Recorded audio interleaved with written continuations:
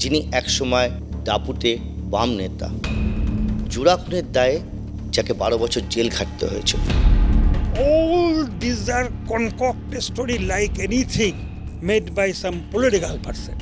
তারা কিন্তু কেউই অন্য রাজনৈতিক দলের নয়। আপনার বিরোধিতা কেন, কারা করলো? স্টিয়ার যারা করেছে, যাদের হাতে স্টিয়ারিং ছিল, বুদ্ধদেব ভট্টাচার্য ছিল, তাই ধরে নিন। তাহলে উত্থান কি ঈর্ষা জাগিয়েছিল পার্টির মধ্যেই? যেটা আমি বলতে চাইছিলাম সেটি আপনি হিট করলেন। একজনের স্ত্রী বলেছিলেন যে আপনার সামনে নাকি আপনার পায়ে ধরে ভিক্ষা চেয়েছেন, তা আপনি নাকি ছাড় দেন।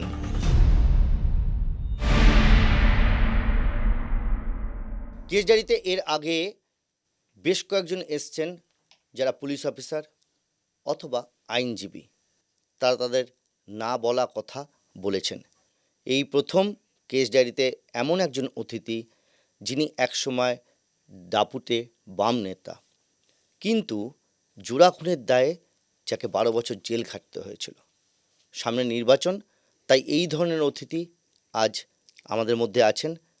আপনাকে স্বাগত জানাই। দুলাল বন্দ্যোপাধ্যায়, প্রথমে আমি জানতে চাইব যে আপনার বেড়ে ওঠা বা এই বাম মানসিকতা এটা কিভাবে এসেছিল? বাম মানসিকতা বলতে পারিবারিক একটা রাজনৈতিক প্রেক্ষাপটে তৎকালীন সময় কংগ্রেস এবং পরবর্তী পর্যায়ে যখন কমিউনিস্ট পার্টি, আমি তখন খুবই ছোট আর কি, গণেশ ঘোষ চট্টগ্রাম অস্ত্রাগার লুণ্ঠনের বিপ্লবী, গণেশদার প্রত্যক্ষ সামনে থেকে দেখা, তখন আমি খুব ছোট, পরে পুরুলিয়া পড়াশোনা করতে চলে যাই।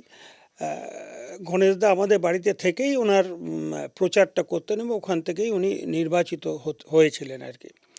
এটা কোন এলাকা? গণেশ ঘোষ, আমি বলছি কাশীপুর। আমার বাড়ি তো তখন কাশীপুর থানা ছিল, এখন সিথি হয়েছে, দমদম সিথি 2 নম্বর ওয়ার্ড সিথি এখন, ওইখানেই।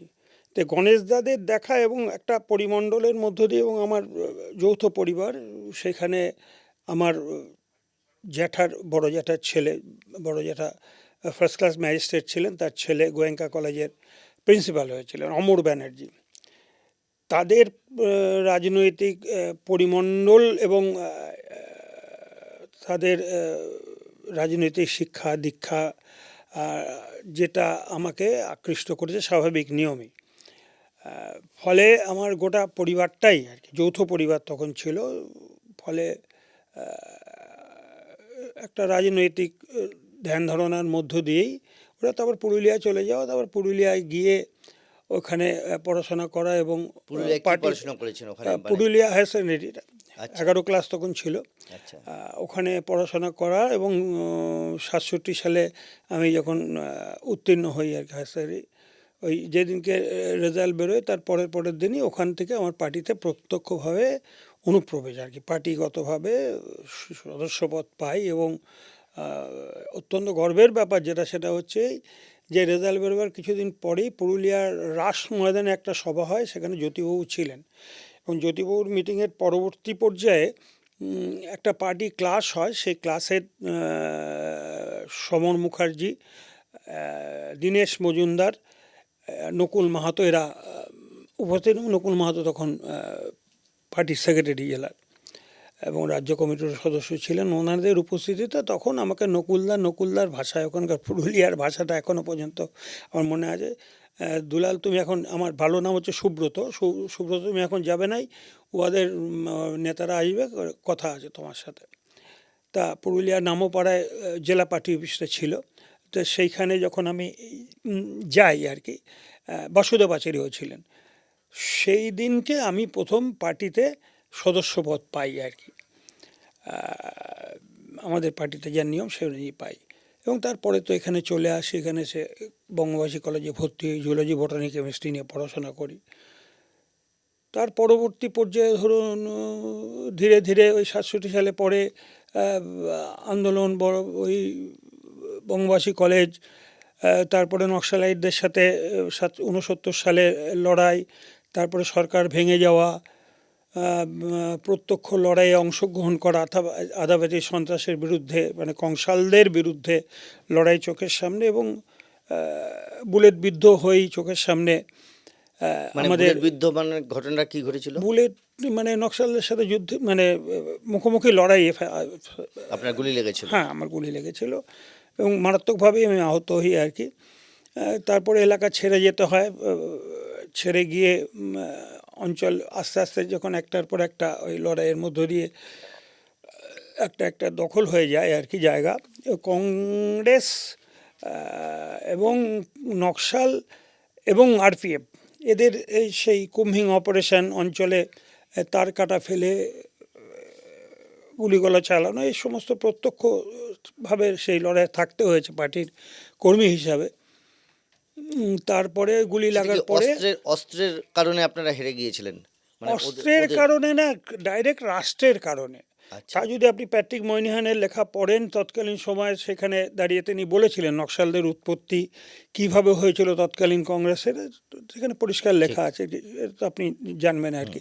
যাই হোক, এই লড়াইটা একদম রাষ্ট্রের বিরুদ্ধে ছিল এবং পার্টিজান ওয়ার, আদাফাজির সন্ত্রাসের বিরুদ্ধে যেভাবে মোকাবিলা করা দরকার, ছোট্ট পার্টি থাকলেও মতাদর্শ মূল্যবোধের দিক দিয়ে স্বচ্ছতার মধ্য দিয়ে সেই লড়াইয়ে অংশগ্রহণ করতে হয় এবং সেই লড়াই করতে গিয়ে যখন আহত হই এবং তখন পুলিশের একটা ওয়ারেন্ট বেরিয়ে যায় আর কি, আমি তখন এখান থেকে আমাকে পার্টিগতভাবে আমাকে চলে যেতে হয় মেদিনীপুরে আমি শেল্টারে থাকি ডেবরাতে, বালিচকে। ওখানে দীর্ঘদিন থাকার পরে আত্মগোপন করে তারপরে অঞ্চলে ফিরে আসি। 74 সালের শেষে অক্টোবরে ঠাকুর মারা যান। ভীষণই তখন খারাপ অবস্থা, সিদ্ধার্থ সংগ্রায় জামানা চলছে। যাই হোক, সেই সময় একটা মানুষের সাহায্য টাহায্য, অঞ্চলে জনতার সাহায্য টাহায্য নিয়ে ঠিক আর কি তাদের ইয়েতে থাকি এবং পরে তো 77 সাল রাজনৈতিক প্রেক্ষাপটের পরিবর্তন ঘটলো ধীরে ধীরে। আপনারা এই ক্ষমতায় এলেন। হ্যাঁ, আমরা ক্ষমতায়, জনতা সে যাই হোক, সর্বভারতীয় হ্যাঁ, স্তরেই আর কি। ঠিক। আমি সেই এর সময় পরের অধ্যায়টা জানতে চাইছি। এরপরে রাজনীতিতে আপনার উত্থান কি হয়েছিল? উত্থান তো ওইভাবে ব্যাখ্যা করা যাবে না। ধীরে ধীরে ধরুন ওই পার্টিতে, সংগঠনে কিছু দায়িত্ব, একজন পার্টি সদস্য হিসেবে একজন কর্মী হিসেবে দায়িত্ব, তারপরে সেই দায়িত্ব থেকে গিয়ে একটা শাখার মূল ভাবে সেক্রেটারি হিসেবে পালন করা, তার মধ্য দিয়ে ট্রেড ইউনিয়নের আমার অনুপ্রবেশ ঘটে। মূলত যেটা ঘটে সেটা হচ্ছে কানপুরের অল ইন্ডিয়া CI2 কনফারেন্স থেকে আনঅর্গানাইজ সেক্টরে কমরেড বিটি রণধীবে কল করেন, আনঅর্গানাইজ সেক্টরের অর্গানাইজেশনের গুরুত্ব বোঝান এবং একটা বিরাট সেকশন অর্গানাইজ সেক্টরের থেকে অনেক বেশি শ্রমিক আনঅর্গানাইজ সেক্টরে থাকে, হকার থেকে শুরু করে অটো চালক, রিক্সা চালক, ভ্যান চালক, টালি ইটভাটা ইত্যাদি ইত্যাদি অর্গানাইজেশন, দোকান কর্মচারী, এই সমস্ত এই অর্গানাইজেশনের মধ্যে আমি যুক্ত হয়ে পড়ি এবং সংগঠক হিসাবে কিছু কিছু দায়িত্ব আমাকে পালন করতে হয়। মানে এটা CITUর কথা বলছি। CITU, all India trade union. এবং একজন পার্টির সভ্য হিসাবে তো যে কোনো একটা গণসংগঠনে থাকতে হয় বাধ্যতামূলক। সেই হিসাবে এটা হচ্ছে নিয়ম, আমাদের পার্টির গঠনতন্ত্রেরই নিয়ম। একটা গণসংগঠন যে কোনো থাকতে হয়, ছাত্র হোক, যুব হোক, কৃষক হোক, শ্রমিক হোক, বিভিন্ন ক্ষেত্রেই থাকতে হয়। আমি মনে করেছিল সেই সময় তৎকালীন পার্টি নেতৃত্ব যে আমার বোধহয় ওইখানে কাজ করাটা অনেক বেশি অ্যাডভান্টেজ হবে পার্টির পক্ষেও সার্বিকভাবে। সেই হিসেবে আমি সেই দায়িত্বটা পালন করি এবং নিষ্ঠার সাথে পালন করেছি বলেই অনুমান, কারণ ধীরে ধীরে আমার দায়িত্বটা পার্টি আমার উপরে অনেক বেশি চাপিয়ে দেন বললে অন্যভাবে বলা হবে, আমাকে দেন এবং সেটা আমি গ্রহণ করি। শুধু তাই না, আমি গর্বিত অনুভব করি নিজেকে। এই যে CITUর কাজ করতেন আপনি ওই এলাকায়, কি ওখানকার মানে কি কাজ করতে? তো আমি বলছি স্টেশন চত্বর রয়েছে, ওখানে প্রচুর জনবৃত্তি রয়েছে, হকার রয়েছে, শ্রমিক রয়েছে, সেখানে কোন কোন জায়গাগুলো আপনার?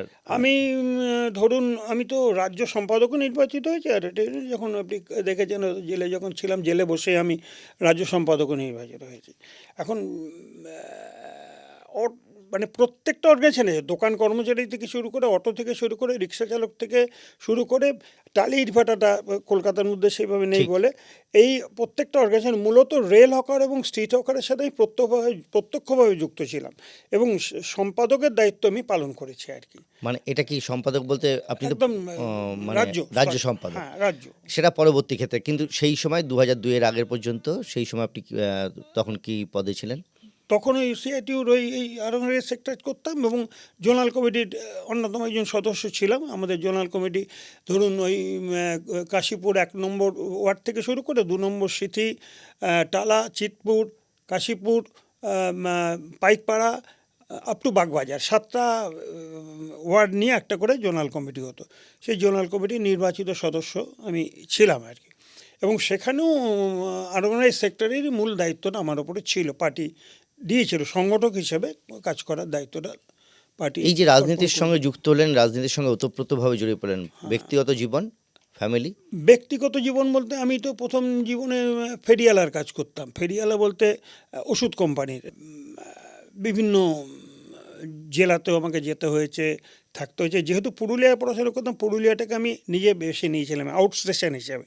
এটা রাজনীতি একটা ক্ষেত্রে এটাও আমাকে পরে কাজে লেগেছে আর কি। এই তাহলে চাকরি করতে করতেই রাজনীতির সঙ্গে রাজনীতির একদম, কাজ হ্যাঁ, চালিয়ে গেলেন? হ্যাঁ, কোনো অসুবিধা ছিল না, কোনো অসুবিধা ছিল না। আমাকে শুধু একটা নির্দেশ দিয়েছিল, তোমাকে অঞ্চলে কাজ করতে হবে। তখন WBCS union, CTA union, affiliated by CITU union ছিল মেডিকেল রিপ্রেজেন্টেটিভদের, কিন্তু সেইখানে তুমি যেও না। এমনি তুমি এই মানে পার্টি মেম্বারশিপটা ওখানেও ট্রান্সফার করো না, ওখানে ডাইরেক্ট ইনভলভ হও না, কারণ এখানে তোমাকে দরকার, মানে পার্টি মনে করেছিল। ঠিক। এই অবস্থায় আস্তে আস্তে আপনার জনসমর্থন বাড়ছে। উল্টো দিক থেকে যদি কথা বলি, তাহলে প্রভাবও বাড়ছে। দমদম এলাকায় আপনি বা আপনার যে জায়গায় কাজ, সেখানে কতটা প্রভাব ছিল আপনার?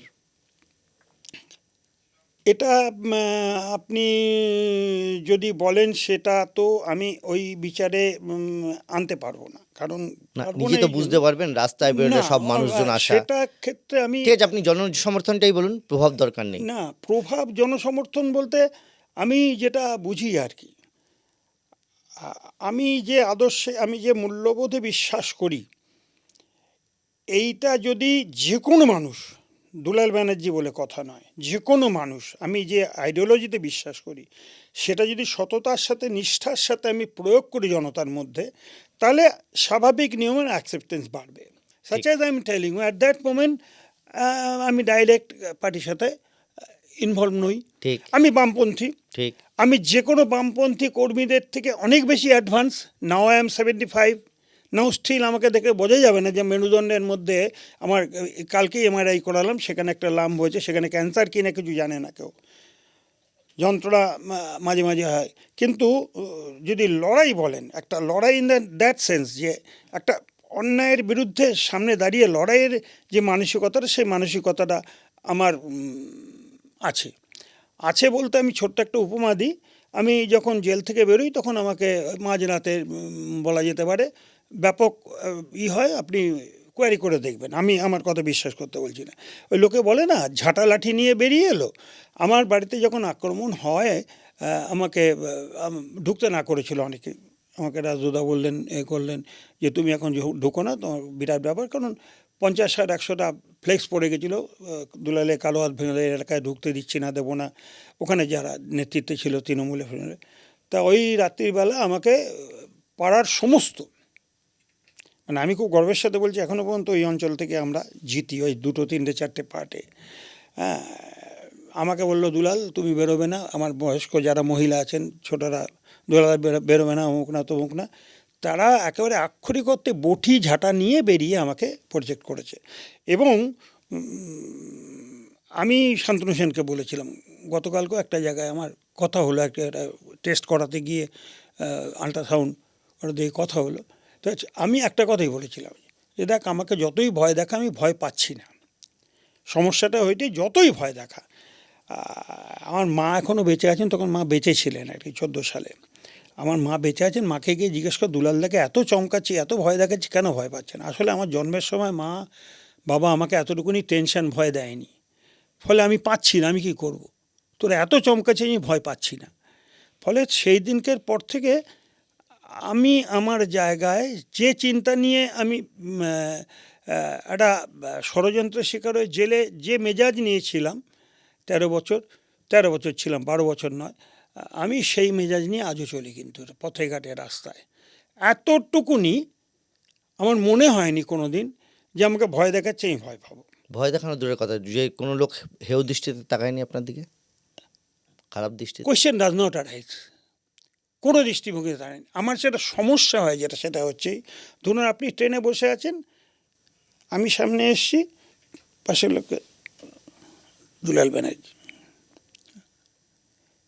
আগ্রহ সহকারে বলে আপনি দুলালদা, আবার কেউ কেউ একটু নাক ছিটকানো বা কিছু একটু দূরত্ব বজায় রাখ, এ হয় ইন জেনারেল হয়।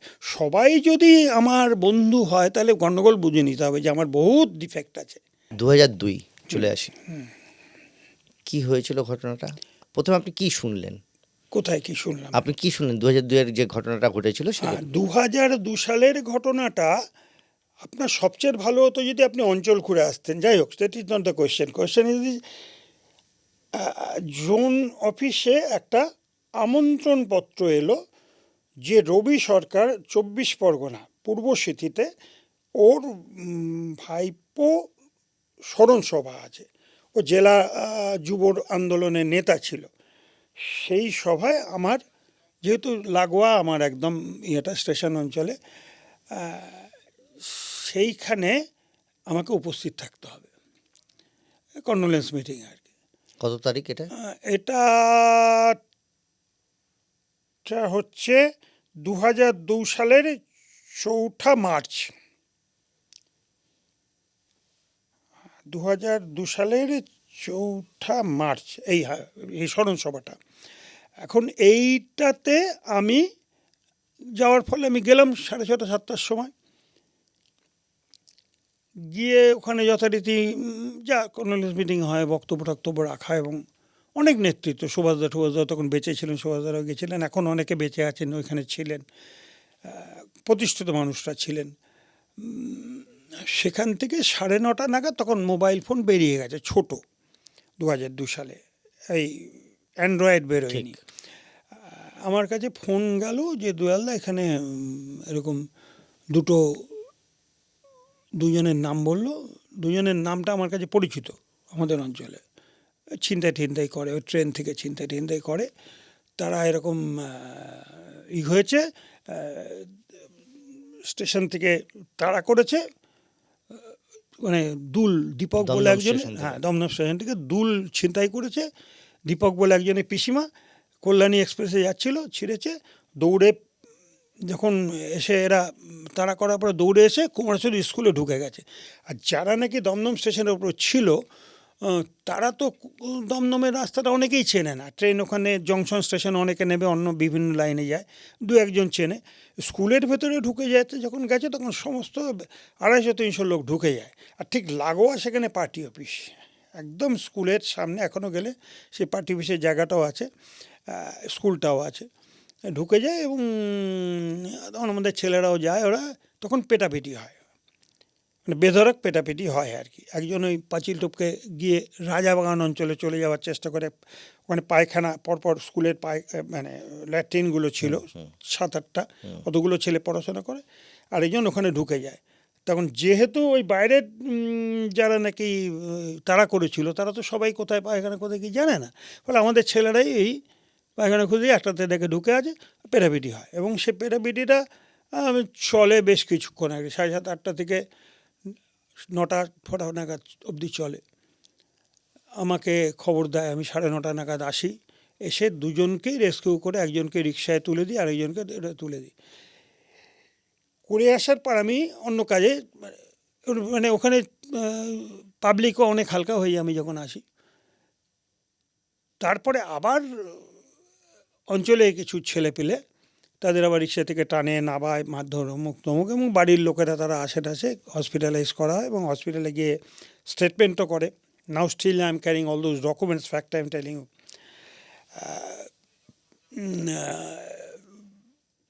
তারা যায় এবং ওখানে একজন আগে মারা যায়, তার পরের দিন একজন মারা যায়। ডাক্তারের কাছে স্টেটমেন্ট করে যে এরকম আমরা এই করতে গেছিলাম, আমাদের এই ঘটনায় এইটা হয়েছে, কোনো স্পেসিফিক কোনো নাম নেই। এখন এইটার পরবর্তী এই পর্যায়ে যারা মারা গিয়েছিল তারা স্টেটমেন্ট দেয়? হ্যাঁ যারা মারা গিয়েছিল তারা স্টেটমেন্ট দেয়? তারা তারাই কি স্টেটমেন্ট দিয়েছিল ডাক্তারের কাছে? হ্যাঁ হ্যাঁ হ্যাঁ হ্যাঁ কি স্টেটমেন্ট দিয়েছিল? স্টেটমেন্ট দিয়েছিল মানে কি চুরি এবারে কৃষ্ণ করতে গেছে, এবং মেরেছে, কেউ ধাক্কা মেরে ফেলে দিয়েছে ট্রেন থেকে। দুজনের মধ্যে দুটো স্টেটমেন্ট, চন্দনের স্টেটমেন্টটা সেভাবে হাইলাইটেড হয়নি, কিন্তু বান্টির স্টেটমেন্টটা একদম হাইলাইট হয়েছিল, একদম লিপিবদ্ধ আছে যেরকম হয়েছে। চন্দনকে স্ত্রীর হাতে আমি তুলে দিই, যে নাকি বলে আমি মেরেছি বা কিছু হাউ হাউ অমুক তমুক ছবি টবি নিয়ে ওই ক্রাইম ডায়েরি ফাইরিতে 1.5 ঘন্টা ছবিও বানায় ফানায় আর কি। আর যাদের দিয়ে বানায়, যারা এইটাকে অর্গানাইজ করে, তারা এসে আমাদের বলে যে আমরা কী করবো বলে, আমাদের অমুক লোক বলেছে, নামগুলো আমি এখানে বলছি না, আমার পদ্ধতিগতভাবে অসুবিধা আছে। এবং all these are concocted story like anything made by some political person.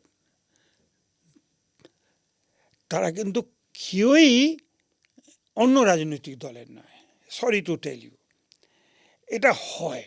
এবং এই হওয়াটা আমি মনে করি না খুব মারাত্মক কিছু বা কিছু, কারণ রাজনৈতিক প্রেক্ষাপটে এরকম ঘটনা অনেক ঘটে আর কি। এবং লড়াইটা গিয়ে একেবারে শেষ পর্যন্ত তারা একদম রাষ্ট্রের বিরুদ্ধে একটা ইন্ডিভিজুয়াল লড়াই গিয়ে এরকম দাঁড়িয়ে যায়। কিন্তু তৎকালীন সময় যেটা আমার কাছে খুবই গর্ব করার বিষয়, কারণ যতদিন বিচার হয়েছে ততদিন পার্টি এই বিচারের সব কিছু, পার্টি একটা অংশ সমস্তটা বিয়ার করেছে, এবং পার্টির অনুদানেই উকিল ঠুকিল এরা দাঁড়িয়েছে। আর একটা অংশের আমি ভীষণভাবেই মানে মানে দুঃখিত এতে, বা প্রত্যাশিত নয়, এরকম ঘটনা ঘটে গেল আর কি। ষড়যন্ত্র তো অনেকের বিরুদ্ধে অনেক হয়েছে, সারা বিশ্বজুড়ে কমিউনিস্ট আন্দোলনে অনেক এরকম হয়েছে আর কি। আমি সেরকমই একজন বলা যেতে পারে, কিন্তু বাট আমি এটা বুঝি যে আমার থেকে ভালো আমাকে কেউ বেশি চেনে না। আমি যেভাবে আমাকে চিনি বা আপনি আপনাকে যেভাবে চেনেন, তার থেকে তো পৃথিবীতে কেউ ভালোভাবে চিনবে না। আপনার সন্তান হোক, মা হোক, বাবা হোক, স্ত্রী হোক, সব সময় গায়ে গা লাগিয়ে যারা আছে তারাও জানবে না। আপনি যদি অনৈতিক কোনো নিষিদ্ধ পল্লীতে যান বা কোনো কিছু যান, গোপনে যান, আপনার ল্যাক অফ কনফিডেন্স হবে। আপনি জোরে চেঁচিয়ে রাস্তায় কথা বলতে পারবেন না। আপনি পারবেন না বললেই আপনার কিন্তু কনফিডেন্স আঘাত করবে। যে পরে যদি আমাকে দাঁড়িয়ে বলে, যে দুজন গণপিটুনিতে মারা গিয়েছিল, আমি পরে অন্য কোশ্চেনে আসছি, তার আগে বলি, যে দুজন গণপিটুনিতে মারা গিয়েছিল তাদের একজনের স্ত্রী বলেছিলেন যে আপনার সামনে নাকি আপনার পায়ে ধরে ভিক্ষা চেয়েছেন, তা আপনি নাকি ছাড় দেননি। আমার সাথে তো আমি এসেছি যখন, আর আমাকে কেসে যেটা দাঁড় করিয়েছে আমি তার ধারে পারে নেই। আমার পায়ে ধরা তো দূরের কথা, জীবনে আমি তাকে প্রথম সেদিনকে দেখেছিলাম এবং আমার পায়ে ধরার কোনো প্রশ্নও নেই, পায়ে ধরার জায়গাও ছিল না। যখন আমি এসেছি তখন ওরা কেউ ছিলই না। আমি রিক্সায় তুলে দেওয়ার পরে ওর মহিলা আসে। যে দুজন, এছাড়াও আপনি ছাড়াও ওই মামলায় আরও কয়েকজন তো অ্যাকিউজ ছিল, তারা তো আপনার পার্টির কর্মী ছিল, তারা আপনার ঘনিষ্ঠ ছিল। হ্যাঁ, আমার ঘনিষ্ঠ কারণ পার্টির ছেলে ছিল, তারা all their affiliated by party. তো তারা এই মারধরের সঙ্গে যুক্ত ছিল? বললাম তো 250-300 লোকের মধ্যে তারাও ছিল, যেহেতু পার্টি অফিসটা ঘেরা একেবারে একদম লাগানো একটা পাঁচিলের এইদিকে পার্টি অফিস, তারপরে সেখানে স্কুল। তারাই গিয়ে তো জায়গাটা দেখিয়ে দিয়েছে, তারাই তো বাথরুম থেকে টেনে বের করেছে। চড়থাপ্পড় লাথি, অনেক দিনের ওয়ান্টেড, এটা চিরকালই ছিনতাই, দমদম ছিনতাই কেসে এখনও বহু জিআরপিতে গেলে আপনি পাবেন। এই ইনলিগাল সব বাংলাদেশ থেকে তখন সেই সব আসতো আর কি, ভিসিআর, 3CR, অমুক তমুক। তারপরে এই বাল্বের ফিলামেন্টগুলো, তখন বাল্বের মধ্যে ফিলামেন্ট ছিল, হোমিওপ্যাথি শিশিতে করে ভরে এই সমস্ত আসতো, এবং সব এই নোংরা এইগুলো এরা করতো। এবং এই ছিনতাইয়ের ঘটনাটা, রক্তাক্ত মহিলা ট্রেন থেকে নামতে পারলেন না, পরের স্টেশনে নামলেন, পরের স্টেশন থেকে আবার তাকে দীপক বলে ছেলেটি সে নিয়ে এসে দমদমে নিয়ে এলো, সে সব নথিভুক্ত হয়েছিল। কিন্তু সেটা তো পরবর্তীকালে দেখা গিয়েছে কোনো ছিনতাইয়ের ঘটনা ঘটেইনি, মানে লিখিত পরিতভাবে। সমস্ত ফোকাস হয়নি, কিন্তু সব কিছু কাগজে সমস্ত কিছু একেবারে ডাইরেক্ট রিপোর্টারে গিয়ে দেখেছে, সব কিছু করেছে, অঞ্চলের মানুষ সব কিছু প্রমাণিত হয়েছে। এবং নাও স্টিল আই এম ক্যারিং, আমি আপনাকে পাঠিয়ে দেবো, না, সব কিছু আছে, আমি বলতে কিন্তু চাইছি- এটা রিফ্লেক্টেড হয়নি। আসলে আবার বললাম, একটা লড়াইয়ে যখন স্টেট পাওয়ারের বিরুদ্ধে লড়াইটা যখন শুরু হয়, যার দ্বারাই পরিচালিত হোক না কেন। আমার পরিষ্কার দুটো কোশ্চেন আছে। এক, আপনার এলাকায় আপনি যেখানে সংগঠন করছেন সেখানে দীর্ঘদিন ধরে এই ছিনতাইবাজরা ছিনতাই করে আসছিল, পুলিশ কোনো স্টেপ নিচ্ছিল না? আপনি কোনো কমপ্লেন না করেছিলেন না তার না, আগে? পুলিশে তো বহু কমপ্লেন, মদের দোকান ওখানে ভাটিখানা হতো, মাঝে মাঝেই হতো, অমুক তমুক। আমার এলাকা নয়, কিন্তু এটা ভুল করছেন। স্টেশন এলাকাটার মধ্যে আমাদের স্টেশনটা একটা এমন একটা পিকুলিয়ার, যে আমার দমদম স্টেশনের ঠিক একটু এগিয়ে গেলেই 24 পরগনা পড়ে যাচ্ছে। এলাকা মানে আমি বলতে চাইছি, আপনি যে ইউনিয়ন করতেন হ্যাঁ। সেই তাদেরই আরেকটা অর্গানাইজেশন, বা আপনি তো গণসংগঠন ইউনিয়ন করছেন, হ্যাঁ। সিআইটিউ করছেন, কিন্তু মূল সংগঠন যে তাদের তো আর এলাকা বলে কিছু নেই, তারা পুরো পশ্চিমবঙ্গই তো তাদের এলাকা। হ্যাঁ, করছে তো। তো সেখানে দাঁড়িয়ে আপনাদের মাঝে সরকার, সাঝেই তো হতো। আপনাদের সমস্ত কিছু, তারপরে এই ছিনতাইবাজরা দীর্ঘদিন ধরে ছিনতাই করছে, চোরাকারবারি করছে, আপনারা জানতেন না, বা আপনারা বাধা দেননি, এটাই- বা আপনারা আটকাতে পারেননি? এটাই তো, এইখানেই তো প্রশ্নটা, যে এটা ধারাবাহিকভাবে এরা কার মদতে এখনো- করতো? হ্যাঁ, কার মদতে করতো? কার মদত না, এটা তো হুলিগানস, এটা তো ছিনতাইবাজ তো মদত না। আপনি বিশ্বাস করেন যে কোনো ছিনতাইবাজ বা হুলিগান বা ক্রিমিনাল কারোর মদত ছাড়া এরকম পর্যায়ে পৌঁছতে পারে যেখানে রুলিং পার্টির লোকেরা তাকে কিছু করতে পারছে না? ছিনতাইবাজদের ক্যারেক্টার যদি আপনি বিশ্লেষণ করেন, আমি আমি জেলে যাওয়ার আগে যেভাবে বুঝতাম না, জেলে গিয়ে আমরা দেখে বুঝেছি ছিনতাইবাজদের মাথার ওপরে প্রভু বলে কিছু নেই, বর্তমান সময়ে দেখতে পাচ্ছি। কিন্তু জেলে দীর্ঘ 13 বছরে I have seen my own eyes, এক একটা ছেলেকে দেখতাম হ্যাঁ, শুধু ছিনতাই করে- ছিনতাইবাজ কেন, ছিনতাইবাজ, ক্রিমিনাল, যে কোনো অপরাধী। ক্রিমিনাল আমি দেখেছি। না, অপরাধীদের মধ্যে ক্যাটাগরি আছে। কিছু অপরাধী হচ্ছে একটা জেসি, দুটো জেসি, তিনটা জেসি খাটলো, আবার কিছু কিছু অপরাধী হচ্ছে তারা আজীবন কারাবাস করছে।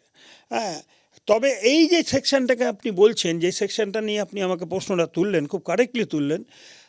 আমি নিজের চোখে দেখা, নিজের অভিজ্ঞতায় দেখা, যে এক একটা ছেলে, এই ধরুন যে আজকে ঢুকলো জেলে, আমি তো সশ্রম কারাদণ্ড থাকার ফলে একটা দায়িত্ব আমাকে পালন করতে, এবং আমি জেলে এখনো পর্যন্ত, খবর নেবেন যে এখনো পর্যন্ত জেলের সর্বোচ্চ যারা নাকি সুপারিনটেন্ডেন্ট, এরা আমাকে না এখনো পর্যন্ত অত্যন্ত সম্মান করেন, অত্যন্ত সম্মান করেন। বিভিন্ন প্রোগ্রামে ডাকলে তারা আসেন আর কি। মানে অ্যাপার্ট ফ্রম এনি পলিটিক্স, যে প্রোগ্রামগুলো, আমি বিভিন্ন মানে অর্গানাইজেশনে আছি আর কি। কিরে তুই আবার ঢুকলি, এই তো দুটো জেসি আগে তুই ঢুকে গেলি। দাদা বলো না, মানে আপনি বলছেন এদের কারোর মদত লাগে না, এরা নিজেরাই না, এরকম ক্রিমিনাল। না না না, এরা এই ছিনতাইবাজরা কিন্তু কোনো মদতে চলে না। আবার কিছু কিছু অর্গানাইজ ছিনতাইবাজ আছে, যেটা আমি জেলে অর্গানাইজ ক্রাইমের কথা না বলছিলেন, না যে ওরা না, যে জেলে দেখেছি, জেলে দেখে যেটা দেখেছি, বাংলাদেশ থেকে জিনিস আনতো হ্যাঁ, সেগুলো, হ্যাঁ, হ্যাঁ, হ্যাঁ। ওটা তো অর্গানাইজ ক্রাইম।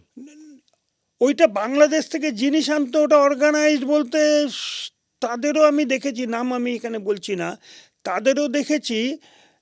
তারা পুলিশের একটা সেকশন, আমি যখন এআরএসে ঢুকলাম, যাদের মদতে এরা করতো এইগুলো, সেইগুলো ছিল সব পুলিশের ইনফর্মার। আমি নিজে চোখে দেখা আমার। তার মানে আমি সেই সময় এআরএসে বসে, এআরএসের সেকশনের থেকে যখন আরে এ তো ক্রিমিনাল, এখানে বসে আছে ইনফর্মার, তারা পুলিশের। আর এদের মদতেই, আমি নাম বলছি না, এখনও তারা বেঁচে আছে, এদের মদতেই এই কী নাম এদের, ওই চন্দন, বান্টি, তারপরে কি হিম্মত, এরা এই মাঝে অপরাধগুলো মাঝে এই অপরাধগুলো করতো। এবং যখন এদের ওই মারধর করা হতো, হিরো, এই নামগুলো আর কি, এরা এদের মদতপুষ্ট ছিল। এবং এরা এই সব মাল ফলগুলো, বাংলাদেশের মাল, শিলিগুড়ির মাল, এই এগুলো তো organized কাপড় crime। চোপড়, এরা গিয়ে এর কাছে জমা দিত, এইসব লোকেদের কাছে। দু একজন নাম ছিল, দমদম স্টেশনে তাদের বেশ আধিপত্য ছিল, প্রচুর পয়সাপাতি জমা দিত, এবং তার এগেস্টে এরা টাকা পয়সা দিত এবং সব এটা আচ্ছা, দুলালবাবু, চেন। একটা প্রশ্নের মধ্যে হঠাৎ করে মনে হলো, আমি করেই ফেলি। হ্যাঁ। সেটা হচ্ছে, অদ্ভুতভাবে রাজ্যে বিভিন্ন সময় বাম আমলে হ্যাঁ। যেখানে যেখানে গণপিটুনিতে এরকম মৃত্যু হয়েছে, হ্যাঁ। সেখানে সেখানে শাসক দলের কারো না কারোর নাম এসছে।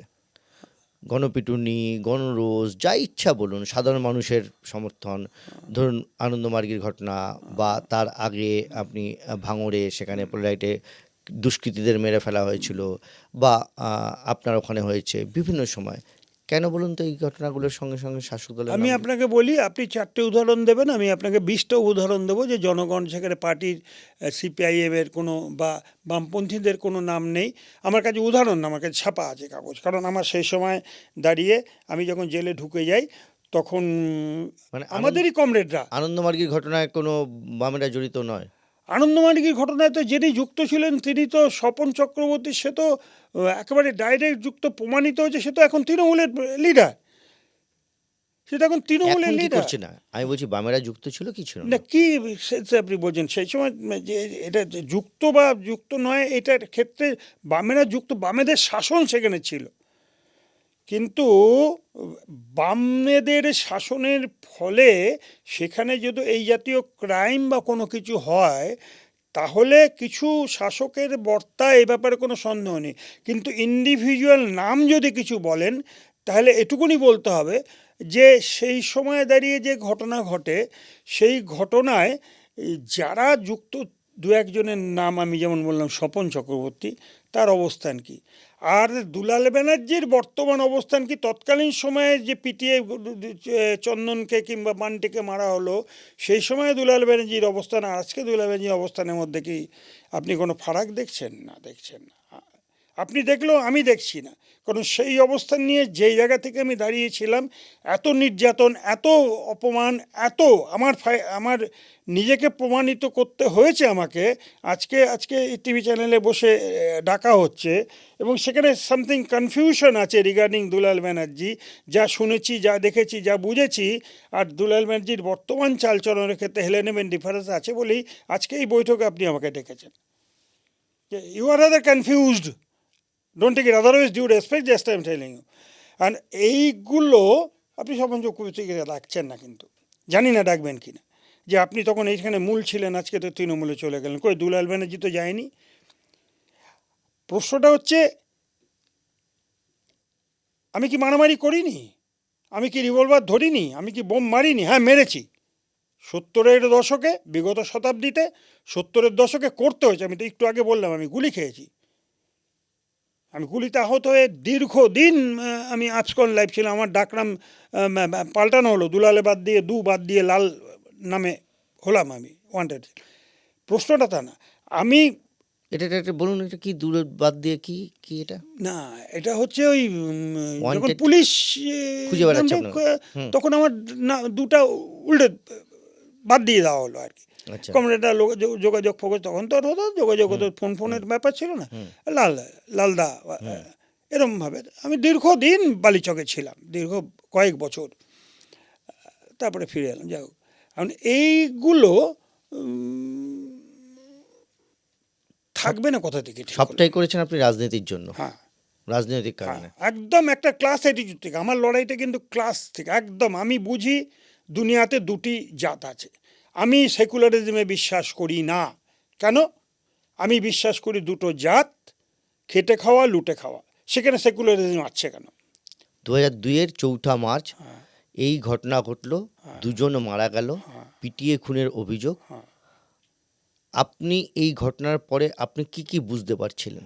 আমি যেটা বুঝেছিলাম সেটা হচ্ছে যে আমি আমার জায়গায় খুব কনফার্ম ছিলাম, কারণ ওই বললাম যে আমার কনফিডেন্সের জায়গা থেকে, যে এমন একটা রাজনৈতিক দলের আমি লোক, এমন একটা আদর্শকে নিয়ে আমি চলি, এবং এমন নেতৃত্বাধীন একজন কর্মী হিসেবে আমি রাস্তায় আমি আছি।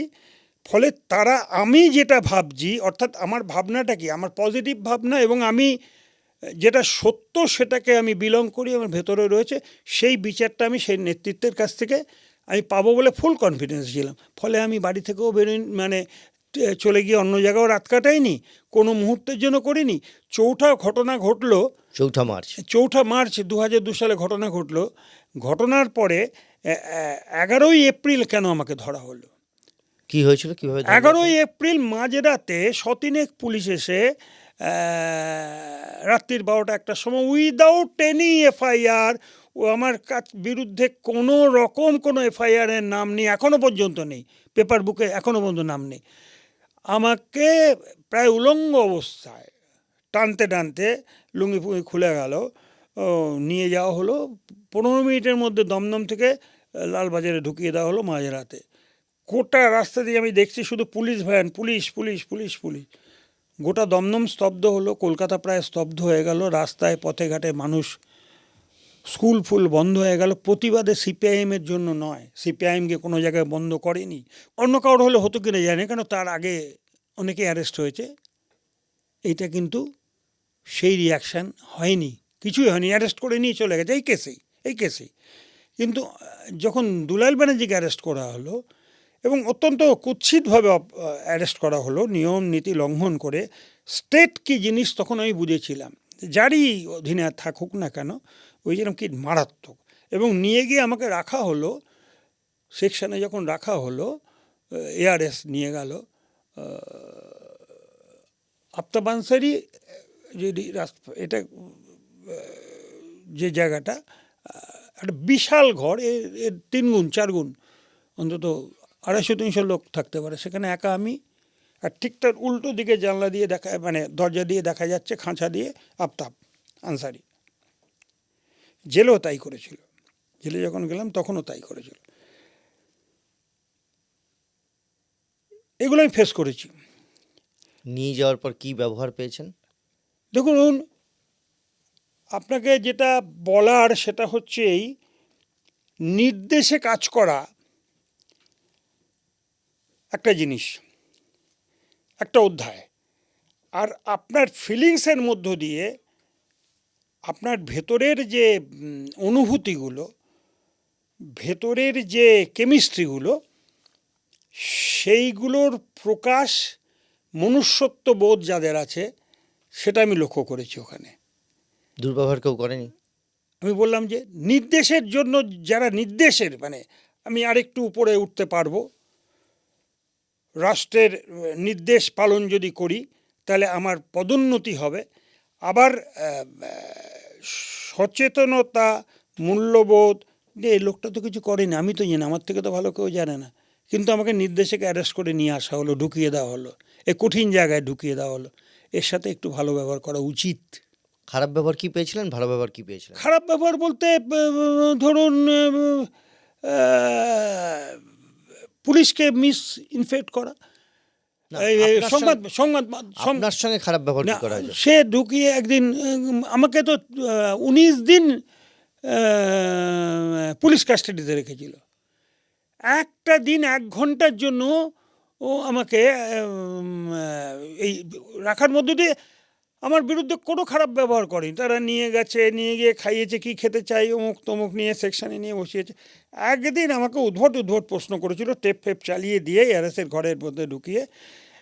ওখানে 4-5 জন ছিল, একজন আইপিএস ছিল, এখন নাম বলছি না, দায়িত্বপূর্ণ পদে আছেন পুলিশের। যাই হোক, বিভিন্ন প্রশ্ন করেছিলেন। আপনি ধৈর্যটি তখন এআরএসের অ্যাসিস্ট্যান্ট কমিশনার ছিলেন, আমাদের দমদমে থাকতেন। ধৈর্যবাবুকে তো আপনি এই করে দিয়েছেন, আপনি তো অমুক করে দিয়েছেন। কারণ ধৈর্যবাবু সেই সময় আমাকে এআরএসে থাকার ফলে আমাকে ঢোকাতে, আমার সাথে খুব ভালো ব্যবহার করেছেন। সেটা চলে গেছিলো ধৈর্যবাবুর কাছে। এর তৎকালীন যারা নাকি রাষ্ট্র পরিচালনা করছে, পুলিশের উচ্চপদস্থ অফিসাররা। ফলে আমাকে বিদ্যুৎ সব প্রশ্ন করা হয়েছিল। কীরকম প্রশ্ন? যেমন ধৈর্যবাবু তো আপনাকে খুব বাঁচিয়ে রেখেছে, আপনি তো অনেক একটা বিউটি পার্লার ওনার বউকে করে দিয়েছেন, আমি বউকে জীবনেও দেখিনি, এখনও আর জানি না। তিনি চিতপুর থানায় ছিলেন ওসি, তারপরে হঠাৎ করে প্রমোশন করে তিনি এআরএসের অ্যাসিস্ট্যান্ট কমিশনার হয়েছিলেন। তো অদ্ভুত হচ্ছে, এর কাগজে বিশাল করে বেরোতে শুরু করলো, ধৈর্যবাবু এই করে দিয়েছে, দুলাল ব্যানার্জিকে ফোন ব্যবহার করতে দিচ্ছে, ধৈর্যবাবু ঘরে দুলাল ব্যানার্জিকে নিয়ে যাচ্ছে এআরএসের থেকে, দুলাল ব্যানার্জি ফোনে কথা বলছে, অমুক তমুক এসব করলো। ও মা, দেখলাম দিন 7 পরে ধৈর্যবাবুকে ওখান থেকে ট্রান্সফার করে অ্যাসেম্বলিতে ওই স্পিকারের সামনে সেই ধরে কি বলে ওটাকে এই ধরে স্পিকার ঢোকে যখন ঘুরে ঘুরে বেড়ায় ওই জায়গায় একটা রাবিশ জায়গায় ধৈর্যবাবুকে ট্রান্সফার করে দিল। যেহেতু ধৈর্যবাবু আমাকে ওই যে বললাম ভেতরের জায়গাটা, ধৈর্যবাবু knows everything about my political status, about my character, about my everything, knows everything.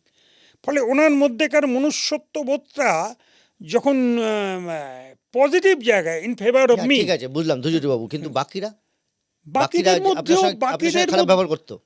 খারাপ ব্যবহার করার মতো বাজে জায়গা কথা? ছিল না। কারণটা হচ্ছে এটাও বুঝতে হবে যে খারাপ ব্যবহার করার মধ্যে কটূক্তি করার মতো ছিল না।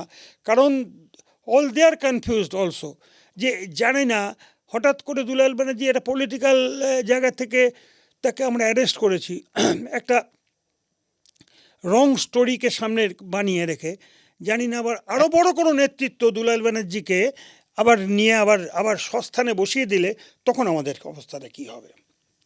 তখন ভয়ও ছিল। ডেফিনেটলি ছিল, ডেফিনেটলি ছিল। না হলে সেই সময় একটা কথা প্রচলিত হয়েছিল যে তার আগে নাকি আরপিএফ এর কাছ থেকে আপনি একজনকে ছিনতাই করে নিয়ে গেছিলেন, একজনকে অভিযুক্তকে ধরেছিল আরপিএফ, তাদেরকে নাকি আপনি 17 জনকে ধরেছিল, একজন নয়, 17 জনকে ধরেছিল। লাল গাড়ি তখন ছিল টিকিট টিকিট চেক চেকিংয়ে, করতো। সমস্ত কাগজপত্র আমার আছে। 17 জনকে আরপিএফ নিয়ে গেল লাল গাড়িতে। শুধু ট্রেন থেকে আরেকটা ট্রেনে উঠছিল একজন জেনুইন লোক, অন্য জায়গাকার প্যাসেঞ্জার, তাকে মেরে হাড়গোড় ভেঙে দিয়েছিল। লাল গাড়িতে টিকিটের ব্যাপার নেই, তার টিকিট ফিকিট সব ছিল। পাল্টা কি করেছিলেন আপনি? হ্যাঁ, আপনি কি করেছিলেন পাল্টা? তারপরে হকাররা যা করে, হকাররা প্রতিবাদ, তারপরে আমরা গেলাম, তারপরে আর বিশাল জমায়েত, তারপরে তো 7-8 রাউন্ড গুলি ফুলি চললো, অমুক তমুক, একদম আরপিএফের ইয়েতে গিয়ে জনতার মানে ট্রেন ফেন দাঁড়িয়ে গেছে, সব ট্রেনের তখন সিপিআইএমের কন্ট্রোলে ছিল না, অর্গানাইজেশনের কন্ট্রোলে ছিল না। আমার থাকার দায়িত্ব ছিল, থাকার প্রয়োজন ছিল, থেকেছি, কিন্তু গুলি চলছে। জনতা গিয়ে আরপিএফ সাইড হয়ে গেল, গিয়ে আরপিএফদের কাছ থেকে 17 জনকে সেই কেসে আমাকে এই কেসের সাথে সেই কেসও ঢোকানো হয়েছিল। এবং সেই কেসে তো লড়াই হলো, কোর্টে লড়াই হয়ে আরপিএফরা একদম নাকানি চোবানি খেলো, তো সঙ্গে সঙ্গে আমার খালাস হয়ে না, গেল। একটা জিনিস বলুন, হ্যাঁ? এই যখনই যা করে সব জনতা করে, আপনাদের কোনো ভূমিকা থাকে না? না না না, আমাদের ভূমিকাটা থাকে না, এই কথাটা যদি বলেন খুব ভুল কথা। আচ্ছা, আমাদের ভূমিকাটা জনগণকে অনেক বেশি কনফিডেন্স দেয়। যে কনফিডেন্সটা মানুষ পায় যে না, এই শক্তিটা আমার পেছনে আছে, ফলে জনগণের রিয়াকশানটা বেশিরভাগ ক্ষেত্রেই পজিটিভ থাকে। তার মধ্যে কিছু ছিনতাইবাজ থাকে, 5 জনের হুলিগান্স থাকে, তারা সেইগুলো অপকর্মগুলো করে। যেই কাজটা বর্তমানে আমরা করতে পারছি না, অভয়ার মৃত্যু ধর্ষণজনিত কারণে তামান্নাকে ওইভাবে মেরে ফেলা হলো, যে গর্জনটা ওঠা উচিত, মানুষের মনের মধ্যেকার গর্জনটা গড়ে ওঠা উচিত, যেটা হওয়া উচিত, সবটাই কিন্তু তারা ইনহেল করে রেখেছে। না, সেটা কি আপনাদের ব্যর্থতা? ইনহেল করে রেখেছে, কিন্তু সেইটাকে রাস্তায় নামাতে গেলে, যেই সময় আমরা নামাতে পেরেছিলাম, সেই সময় জনগণ যে ভূমিকা পালন করেছে, আজকে সেই জায়গাটায় যে কোনো কারণেই হোক কমিউনিস্ট পার্টি সেই কাজে ব্যর্থ। সেই টোটাল যে যেভাবে রিয়্যাক্ট করা দরকার সত্যের পক্ষে দাঁড়িয়ে এইসব অন্যায়ের বিরুদ্ধে সংগঠিতভাবে প্রতিবাদ তো সবাই একটা রাস্তায় শুয়ে পড়ে মানুষের প্রতিবাদ করতে পারে। আমার প্রতিবাদে কিছু যায় আসে না, আমি প্রতিবাদের ভাষা বুঝি না ওভাবে। আজকে যদি কবিগুরু রবীন্দ্রনাথ ঠাকুর প্রতিবাদ করতেন শুয়ে থেকে, সত্যজিৎ রায় প্রতিবাদ করতেন, তার একটা মূল্য অপরিসীম। দুলাল প্রতিবাদ করলে ক্যাচ করলো। আমি বুঝি প্রতিবাদ না, প্রতিরোধ। অন্যায়ের বিরুদ্ধে প্রতিরোধ, যে কোনো পথে, যে কোনো পথে প্রতিরোধ করতে হবে। অন্যায়ের বিরুদ্ধে প্রতিরোধ করতে গেলে যে কোনো পথ কি, অন্যায় হচ্ছে আমাকে প্রতিরোধ করতে হবে, তাতে মানুষ ভরসা পাবে। আমি আপনাকে বলছি, এই পুজো স্টল পার্টি স্টল দমদম স্টেশনে মস্ত বড় পুজো স্টল হয়, প্রচুর লোকজন আছে, ভালো বিক্রি বাট্টা হয়। তা পুজো স্টলের ঠিক উল্টো দিকে আমি বসে আছি, দমদমের মুখটায় খুব ভিড় হয়। হট করে দেখি মানে কমে গেছিলো একদম, এই ঝামেলাগুলো ছিল না। হঠাৎ দেখি একজন ভদ্রলোক, তার মেয়ে, অবিবাহিত মেয়ে, 20-22 বছর বয়স, ওনারা টান মেরে বাইকে, 2জন না 3জন, 3টে বাইকে টান মেরে নিয়ে ভদ্রলোক নার্ভাস হয়ে গেছে in presence of party stall, একদম পার্টি স্টলের সামনে। তা অদ্ভুত ব্যাপার, মানে আমি তো দেখে একদম মানে আমি তো সারপ্রাইজ হয়ে গেছি। এখনও দমদমে আমার এটা সুপ্ত বাসন গর্ব যে না, এসে গেছি বোধহয়, বদমাসটা একটু চমকাবে ফমকাবে, এটা ডোন্ট টেক ইট আদারওয়াইজ। হ্যাঁ, আমি সঙ্গে সঙ্গে তারা করতে গিয়ে বাইক বুঝে নিত। কিন্তু সমস্যা যেটা হলো সেটা হচ্ছে অটো স্ট্যান্ড, গাদাখানেক অটো, রাস্তা আটকে গেছে। নামালাম, ধরলাম, অটো স্ট্যান্ডের ছেলেরা এলো, যথারীতি যেরকম হয় রিয়াকশন, ওই যে বললেন গণপিটুনির মতো হলো। ভদ্রলোক এলেন, খুব অভিনন্দন জানালেন অমুক তমুক করে। তারপরে দেখলাম সোশ্যাল মিডিয়াতে ভিডিও বেরিয়ে গেছে। আবার না, ভিডিও বেরিয়েছে কি, পাবলিক পজিটিভ হয়েছে, একটা দোকানের, বইয়ের দোকানে সে সমস্ত ঘটনাটা তুলেছে, এবং তুলে মানে আমার গায়ের লোমগুলো খাড়া দিয়ে উঠছে আর কি। তুলে পোস্ট করেছে যে আবার দমদমে শান্তি ফিরে আসবে, এই অ্যাটিটিউড থেকে আর কি। এইবারে যেটা হলো সেটা হচ্ছে এই যে অভিনন্দনের ঠেলায় আমার বই বেশি বিক্রি হয়ে গেল, আমাকে অভিনন্দন জানাবার বদলে সন্ধ্যাবেলা, ওটা দেখেছে যারা। তা এইটা কিন্তু মানুষ চায়, মানুষ আমাকে ভালোবাসে, কিন্তু মানুষ যখন বুঝবে যে এই ভালোবাসার বহিঃপ্রকাশটা লড়াইয়ের ময়দানে আসতে গেলে আমি কনফিডেন্স পাচ্ছি যে আমি আক্রান্ত হওয়ার আগে দুলাল ব্যানার্জি সামনে দাঁড়াবে, লাঠি চলুক, গুলি চলুক।